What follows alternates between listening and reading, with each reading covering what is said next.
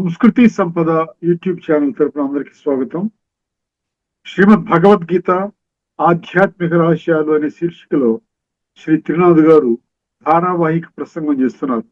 వారి ధారావాహిక ప్రసంగంలో ఈరోజు 604వ ప్రసంగం చేస్తున్నారు. శ్రీ త్రినాథ్ గారికి స్వాగతం. నమస్కారం అండి. ఓం శాంతి. శ్రీమద్ భగవద్గీత ఆధ్యాత్మిక రహస్యాలు ఈ యొక్క కార్యక్రమాన్ని వీక్షిస్తున్నటువంటి సోదర సోదరిమణులందరికీ కూడా హార్దిక స్వాగతం, సుస్వాగతం, నమస్సమాంజలి అండి. ముందుగా మనం ధార్మికము ఆధ్యాత్మిక విషయంపై కొంచెం చర్చిద్దామండి.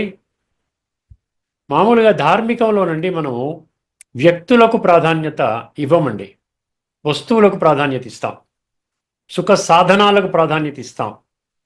అర్థమైందండి? వ్యక్తులకు ప్రాధాన్యత ఉండదు. ఎందుకంటే అక్కడ ఇంద్రియ సుఖాల కోసమే మన జీవితాన్ని అంకితం చేసుకున్నాం. నేను దేహము అన్నటువంటి భావనలో పడిపోయాము. సాటి మనిషి కూడా పరమాత్మ సంతానము అన్న విషయాన్ని మర్చిపోయాము. వసుదైవ కుటుంబకము అంటున్నాం, కానీ వసుధ అంటే ఈ భూమండలం మీద ఉన్నటువంటి 900 కోట్ల 850 900 కోట్ల మంది అంతా కూడా ఒక కుటుంబము అన్న సంగతి మనం ఆ విశ్వాసాన్ని వ్యక్తపరుస్తున్నా దాన్ని జీవితంలో ఆచరించలేకపోతున్నాం. ఒక మనిషిని మన భౌతిక ప్రాతిపదికన మనం గుర్తిస్తున్నాం. కులము, మతము, జాతి, ధర్మము, రంగు, రూపు, భాష, దేశము, వర్ణము, వర్గము. అర్థమైందండి? ఇట్లా ఈ విధంగా జరుగుతూ ఉంది. ఇప్పుడు ధార్మికము అంటే భౌతికములో ఏమవుతుందంటే వస్తువులకు ఇచ్చినంత ప్రాధాన్యత, మనం కొత్త కారు కొనుక్కున్నామండి, కొత్త ఇల్లు కొనుక్కున్నామండి, మాకు పెద్ద వ్యాపారం ఉందండి, బాగా బ్యాంకు బ్యాలెన్సులు ఉన్నాయి, ఇటువంటి వాటి మీద ఎక్కువగా మన చింతన నడుస్తూ ఉంటుంది.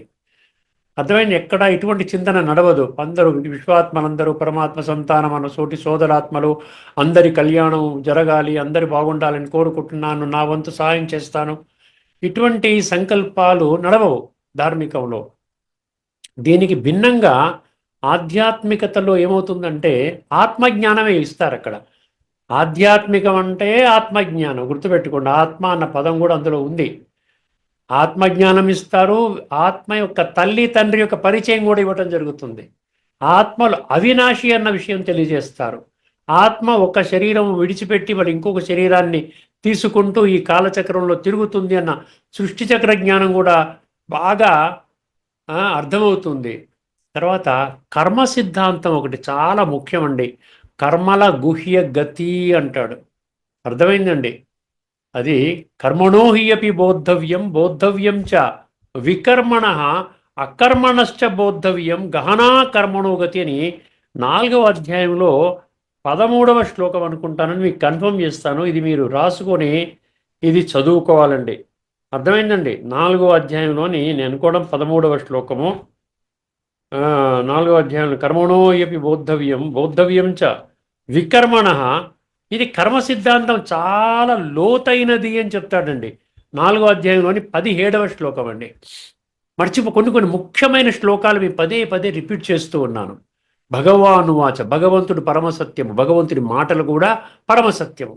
ఆ మాటలకి, పరమసత్యమైన మాటల్ని నేను సత్యమైనటువంటి ఆత్మిక స్థితిలో వచ్చి అక్కడ నేను ఆ మాటల్ని నేను అర్థం చేసుకుని జీవితంలో ధారణ చేశాను అనుకోండి, అంతకంటే గొప్ప ప్రాప్తి ప్రపంచంలో ఏ దేహదారి మీకు కలుగ చేయలేరు. గుర్తుపెట్టుకోండి. 4వ అధ్యాయం 17వ శ్లోకం. అందుకని ఏమవుతుంది ఇక్కడ? ఆత్మజ్ఞానం, నువ్వు ఆత్మ అనుకుంటే అప్పుడు ఏమవుతుందంటే, ఎందుకు మనుషుల్ని ప్రేమిస్తాము? వ్యక్తులకు ప్రాధాన్యత, ఇక్కడ వస్తువులకు ప్రాధాన్యత.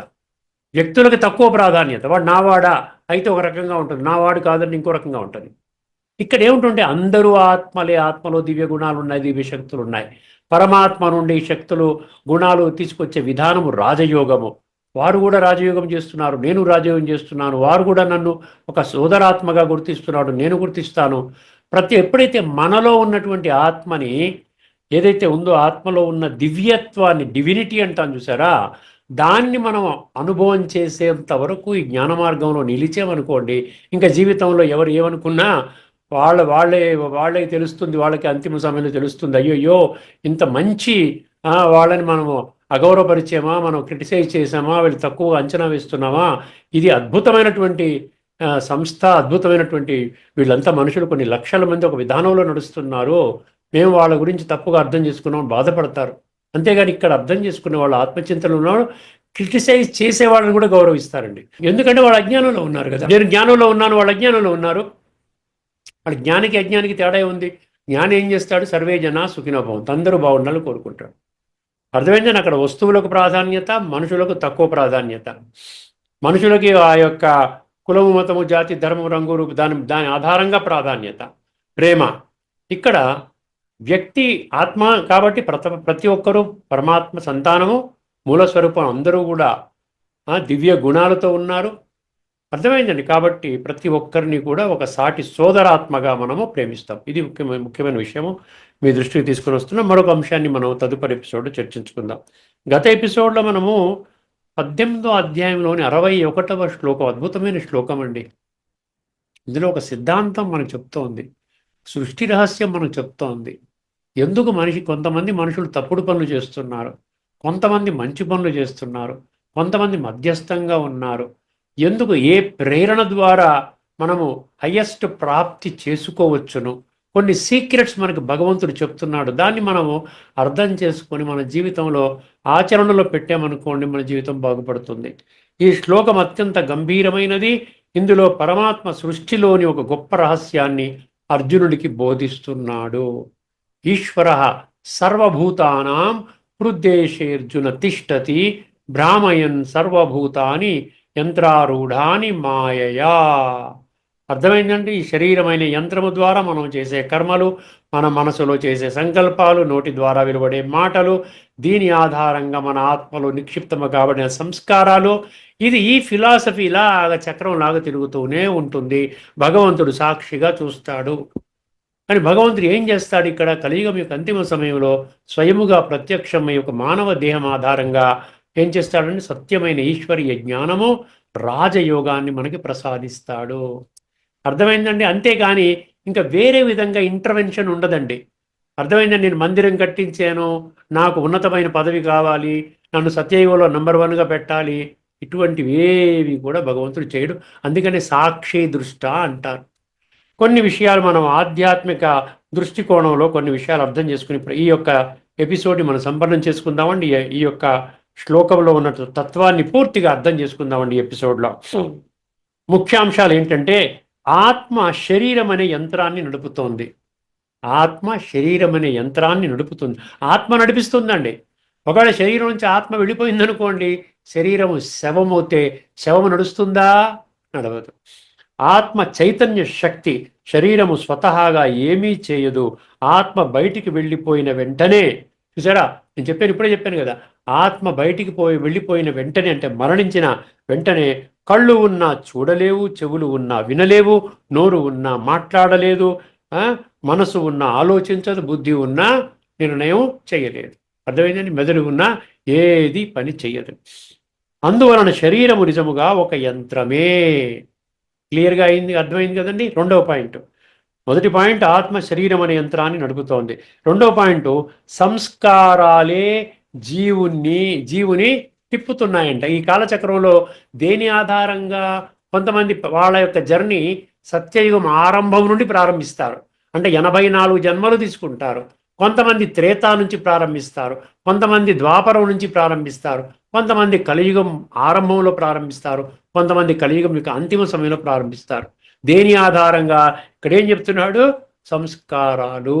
దాని ఆధారంగానే మనిషి ఈ కాలచక్రంలో తిరుగుతాడు. ప్రతి ఆలోచన, ప్రతి కర్మ ఒక సంస్కారాన్ని సృష్టిస్తుంది. ప్రతి ఆలోచన, ఇంకా చెప్పాలంటే ప్రతి ఆలోచన, ప్రతి మాట, ప్రతి కర్మ ఒక సంస్కారాన్ని సృష్టిస్తుంది. ఆ సంస్కారాలే తర్వాత మనిషిని ఆటోమేటిక్గా నడిపిస్తాయి. ఎలా నడిపించాలి? సాత్వికంగా ఉన్నవాడు మంచిగా హైయెస్ట్గా నడుస్తాడు, రాజసంగా ఉన్నవాడు మధ్యస్థంగా నడుస్తాడు, తామసంగా ఉన్నటువంటి డౌన్గా నడుస్తాడు, పాడైపోతాడు అన్నమాట. అందుకే ఒక కోపి అంటాడు. కోపి అంటే బాగా కోపం చేసేవాడు అనమాట. కోపపడతాడు. కోపపడతాడు. కామవశుడవుతాడు. కామంటే కామ వికారం, లైంగిక వాంఛలు. లోభి లోభపడతాడు, ఎప్పుడు నిరంతరం సంపాదన సంపాదన ఇంకోటి ఏమో ఆలోచననే లేదు. ఉన్నాయి ఎప్పుడు 100 కోట్లు ఉన్నాయి, ఇంకా 100 కోట్లు, 200 కోట్లు, 500 కోట్లు, వాడికి 1000 కోట్లు ఉన్నాయి, నాకు 1000 కోట్లు కావాలి. ఇలాగా లోభి అనేవాడు లోభపడతాడు. యోగి అనేవాడు యోగములో స్థిరమవుతాడు.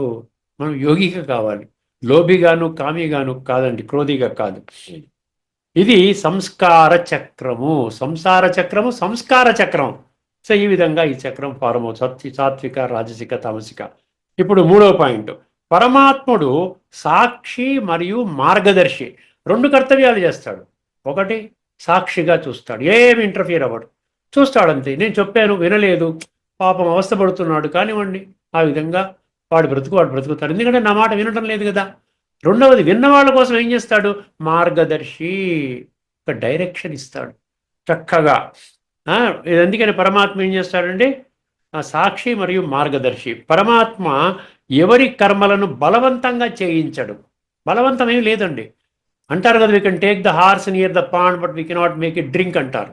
ఈ గుర్రాన్ని మనం సరస్సు దాకా తీసుకొని వెళ్ళొచ్చు, కానీ తాగాలా వద్దా అది దాని నిర్ణయమే. మీరు బలవంతంగా తాగించడానికి ప్రయత్నం చేస్తే అది కాళ్ళతో తంతుంది. అర్థమైందండి. అందుకనే బలవంతంగా ఏమి చేయడండి, ఆయన చెప్తాడు, మనకు బుద్ధినిచ్చాడు, బుద్ధినేతను తెలుసుకోండి, నా మాటలు వినండి, మీ జీవితము సర్వోన్నతంగా నేను తయారు చేస్తాను అంటాడు. అర్థమైంది. కానీ జ్ఞానం ఇస్తాడు, చూసారా, బలవంతంగా ఏం చేయడు, కానీ జ్ఞానం ఇస్తాడు. జ్ఞానము ద్వారా గుణాలు, శక్తులను ఇస్తాడు. అర్థమైందండి. ఒక దశని చూపిస్తాడు, ఈ మార్గం నడు, ఈ మార్గం మంచిది, దశని చూపిస్తాడు. మాయ నుండి బయటపడే మార్గము చెబుతాడు. అర్థమైందండి. మాయ నుండి బయటపడే మార్గం చెప్తాడు. అందుకనే మనం తదుపరి శ్లోకాన్ని కూడా చర్చించబోతున్నాం, 1862. అందులో చక్కటి తత్వం ఇమిడి ఉన్నదండి. ఏం చెప్తాడంటే, అది తమేవ శరణం గచ్చా అని ఆ శ్లోకం ఉంటుంది. ఆ తర్వాత ఈ యొక్క నెక్స్ట్ మనం ఎపిసోడ్స్లో చర్చించుకుంటాం అని భగవంతుడు చెప్తున్నాడు. గీతా మద్దతు శ్లోకాలు చూద్దామండి. 3:27. 3:27 ఏం చెప్తుంది, ప్రకృతే క్రియమాణాని గుణై కర్మాణి సర్వశ అహంకార విమూఢాత్మ కర్త అహమితి మన్యతే. ఇది గుణాల ఆధారం, గుణాలు పెంచుకోరా నాయనా. నువ్వు తమోగా ఉన్నావు, రజోకి వెళ్ళు, రజో నుంచి సతోకి వెళ్ళు, సతో నుంచి సాత్విక ప్రధానంగా హయ్యెస్ట్ స్థితికి వెళ్ళు, నీ కర్మలు శ్రేష్టమవుతాయి. కర్మలు నువ్వు చేయటంలే, నీ గుణాల ఆధారంగా అవి జరుగుతున్నాయి. కొన్నిసార్లు మనకు అనిపిస్తుంది, ఎందుకు అలా ఆ పని చేశానేంటి, అలా మాట్లాడానేంటి, గుణాలు చేయిస్తాయి. కానీ ఇక్కడ ఏమంటారు, ప్రకృతి గుణాలే అన్ని కర్మలను చేయిస్తున్నాయి. అహంకారముతో మోహితుడైన జీవుడు నేనే కర్త అని భావిస్తాడు. ఇది 1861లో మాయయా భ్రామయన్ భావాన్ని బలపరుస్తుంది. నేను చేయటం లేదు, మాయ. తర్వాత 15 సర్వస్య చాహ మృది సన్నివిష్టో, చాలా ముఖ్యమైన శ్లోకం అండి. ప్రతి ఒక్కరూ నోట్ చేసుకుని దీని తత్వాన్ని అర్థం చేసుకోవాలి. మనం ఇప్పటికీ అనేక మార్లు చర్చించుకున్నాం. సర్వస్య చాహం హృది సన్నివిష్టో మత్త స్మృతి జ్ఞానమపోహనం చ వేదైశ్చ సర్వై అహమేవ వేద్యో వేదాంతకృత్ వేద విదేవ చాహం. నేనే వేదాల యొక్క రచయితని, వేదాంతాన్ని చెప్పిన వాడిని, వేదాలు తెలిసిన వాడిని, వేదాల ద్వారా నన్ను మాత్రమే మీరు తెలుసుకోవాలి. కానీ ఆశ్చర్యాన్ని కలిగించే విషయం ఏంటంటే, వేద పండితులు కూడా పరమాత్మని గుర్తించలేదు.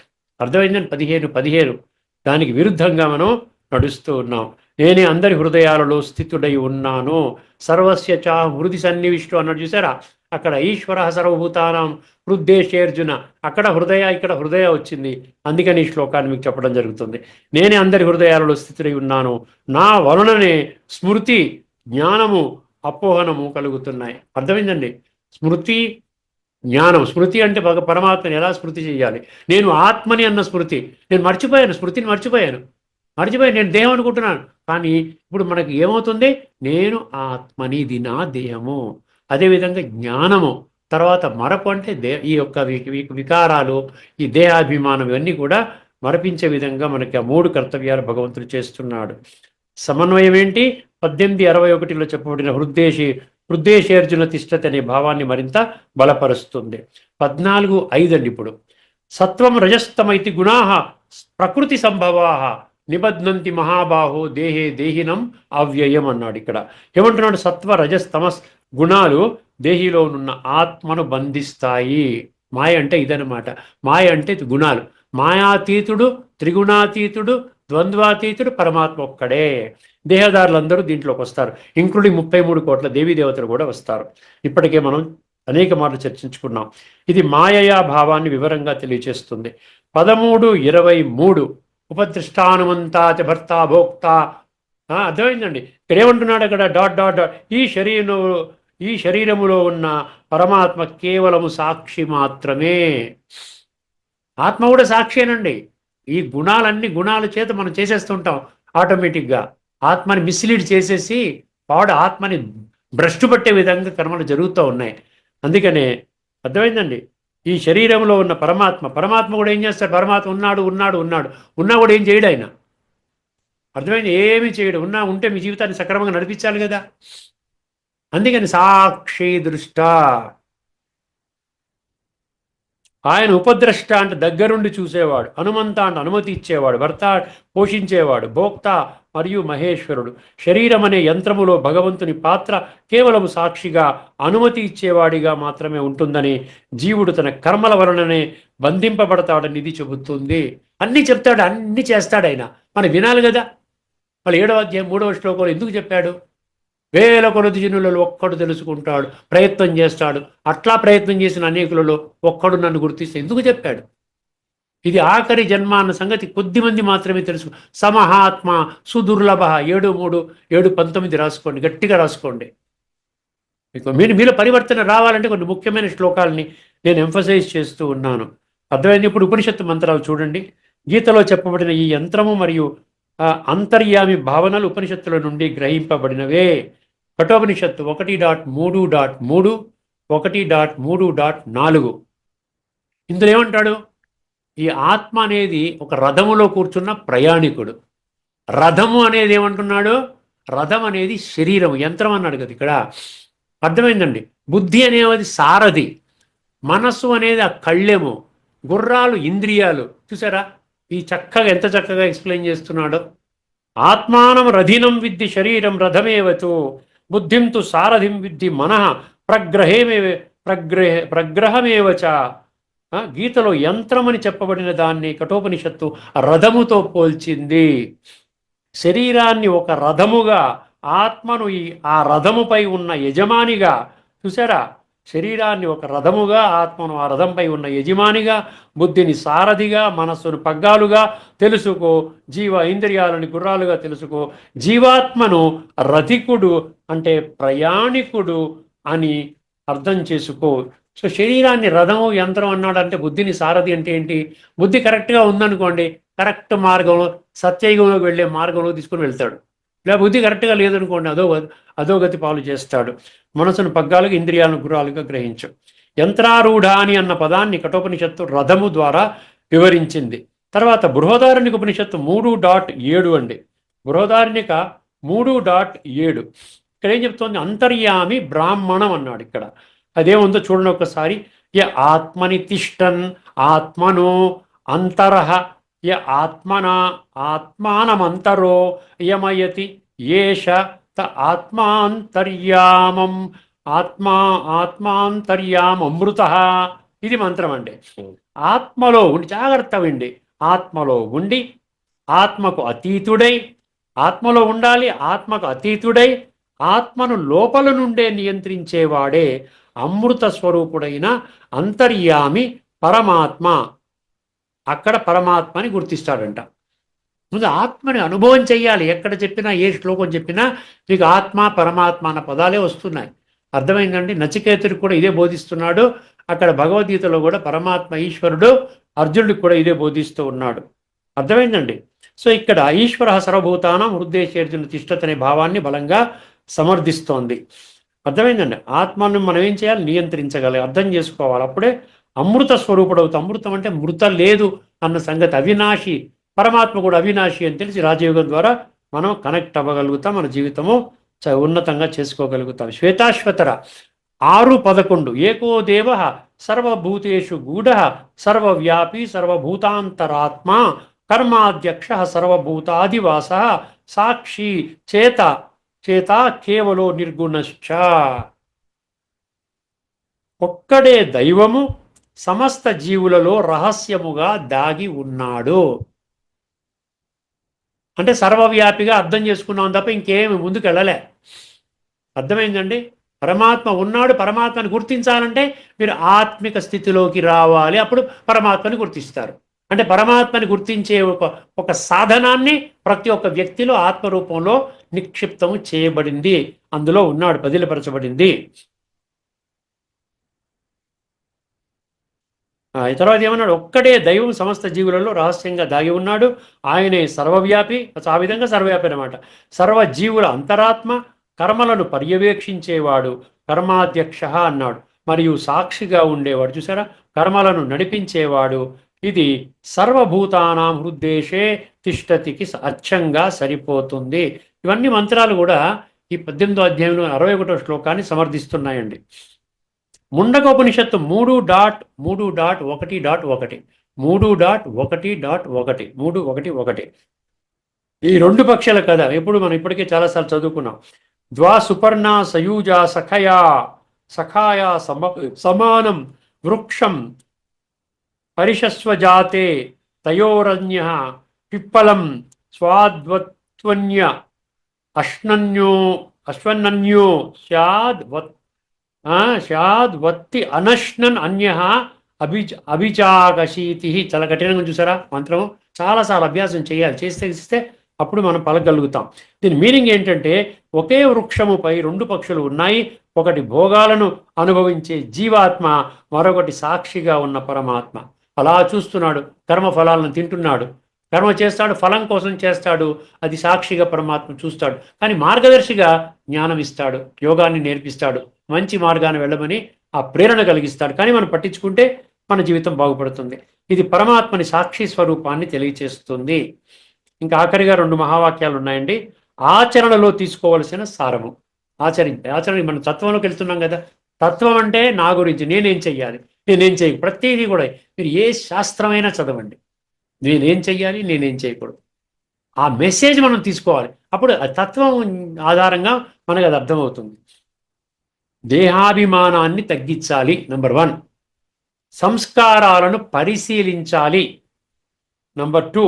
ప్రతి కర్మకు జాగ్రత్తగా బాధ్యత వహించాలి. నేను చేసే కర్మ ఒకవేళ మంచి కర్మ కానీ చేయకపోతే దాని యొక్క పర్యవసానము నేనే అనుభవం చెయ్యాలి. ఇవాళ కాబట్టి రేపైనా కష్టమో నష్టమే నాకే వస్తుంది. ఒకవేళ ఇతరులకి నేను కష్టమో నష్టమో కలిగించినట్లయితే. అర్థమైందండి? తర్వాత ఏం చెప్పాడు? పరమాత్మ స్మృతిలో ఉండాలి.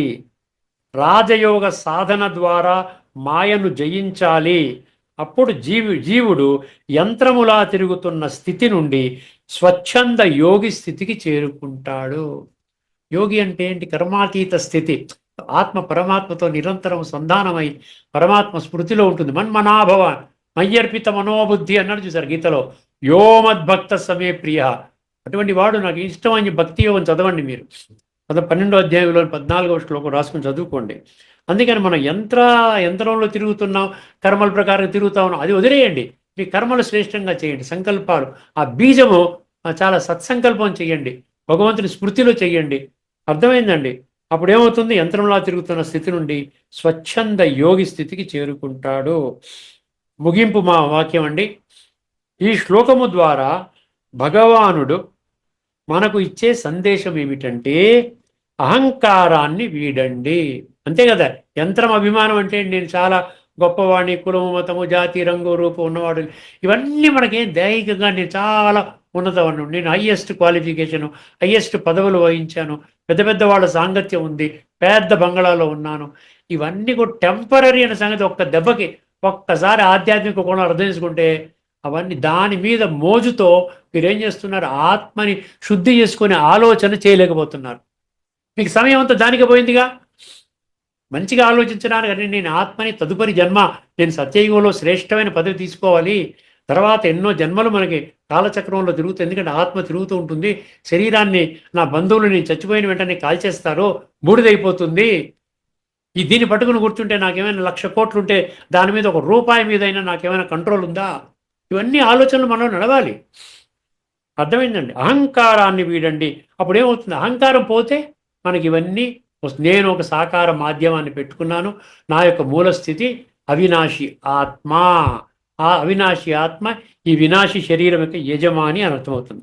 నేనే ఈ శరీరాన్ని నేనే సర్వము చేస్తున్నాను అనుకోవడం అజ్ఞానము. శరీరం అనేది భగవంతుడిచ్చిన ఒక యంత్రము మాత్రమే. ఆ యంత్రాన్ని నడిపే డ్రైవింగ్ సీట్లో పరమేశ్వరుడు ఉన్నాడు. ఆయన డ్రైవ్ చేయడం సిద్ధంగా ఉన్నాడు. మీరు ఆయన పట్టించుకోవాలి కదా. ఆయన ఉన్నాడన్న సంగతి తెలియాలి కదా. ఉన్నాడన్న సంగతి ఎప్పుడు తెలుస్తుంది? ఆత్మ అనుభవం ద్వారా తెలుస్తుంది. బాడీ కాన్షియస్నెస్లో ఉన్నా తెలియదు. తెలియకపోయినప్పుడు మీకు ఏం లాభం? ఉంటే ఏమిటి, లేకపోతే ఏమిటి? అర్థమైందండి. ఒక వ్యక్తి ఇంకో వ్యక్తిని మర్డర్ చేస్తున్నాడు. మర్డర్ చేసే వ్యక్తిలోనూ ఉన్నాడు, కాబడిన వ్యక్తిలో కూడా ఉన్నాడు. ఈ మర్డర్ చేసే వ్యక్తిని ఆపాలి కదా పరమేశ్వరుడు. లోపల కూర్చొని నాయన మర్డర్ చేయకూడదు, ఇద్దరు నా పిల్లలే, నీకు సోదరుడు అవుతాడు ఆత్మపరంగా, నువ్వు కొట్టకూడదు, మర్డర్ చేయకూడదు, ఏమిటి పిచ్చి పని చేస్తున్నావు అని ఆపాలి కదా. ఆపలేనప్పుడు పరమాత్మ ఉన్నా కూడా వేస్ట్ కదండి. అందుకనే పరమాత్మని గుర్తించే సాధనము ఆత్మానుభవం చేసుకోవాలి. ఇది ముఖ్యమైన విషయం. శరీరం అనేది భగవంతుడు ఇచ్చిన ఒక యంత్రం మాత్రమే. ఆ యంత్రాన్ని నడిపే డ్రైవింగ్ సీట్లో పరమేశ్వరుడు ఉన్నాడు. జీవుడు ఎప్పుడైతే తన అహంకారాన్ని వదలి ఆ అంతర్యామికి శరణాగతి చేస్తాడో, శరణాగతి అండి, సర్వధర్మాన్ని పరిత్యజ్య మామేకం శరణం ప్రజ అన్నాడు కదా 1866లో. బలిహారమము అంటున్నాడు కదా, మత్పరాయణ అన్నాడు కదా.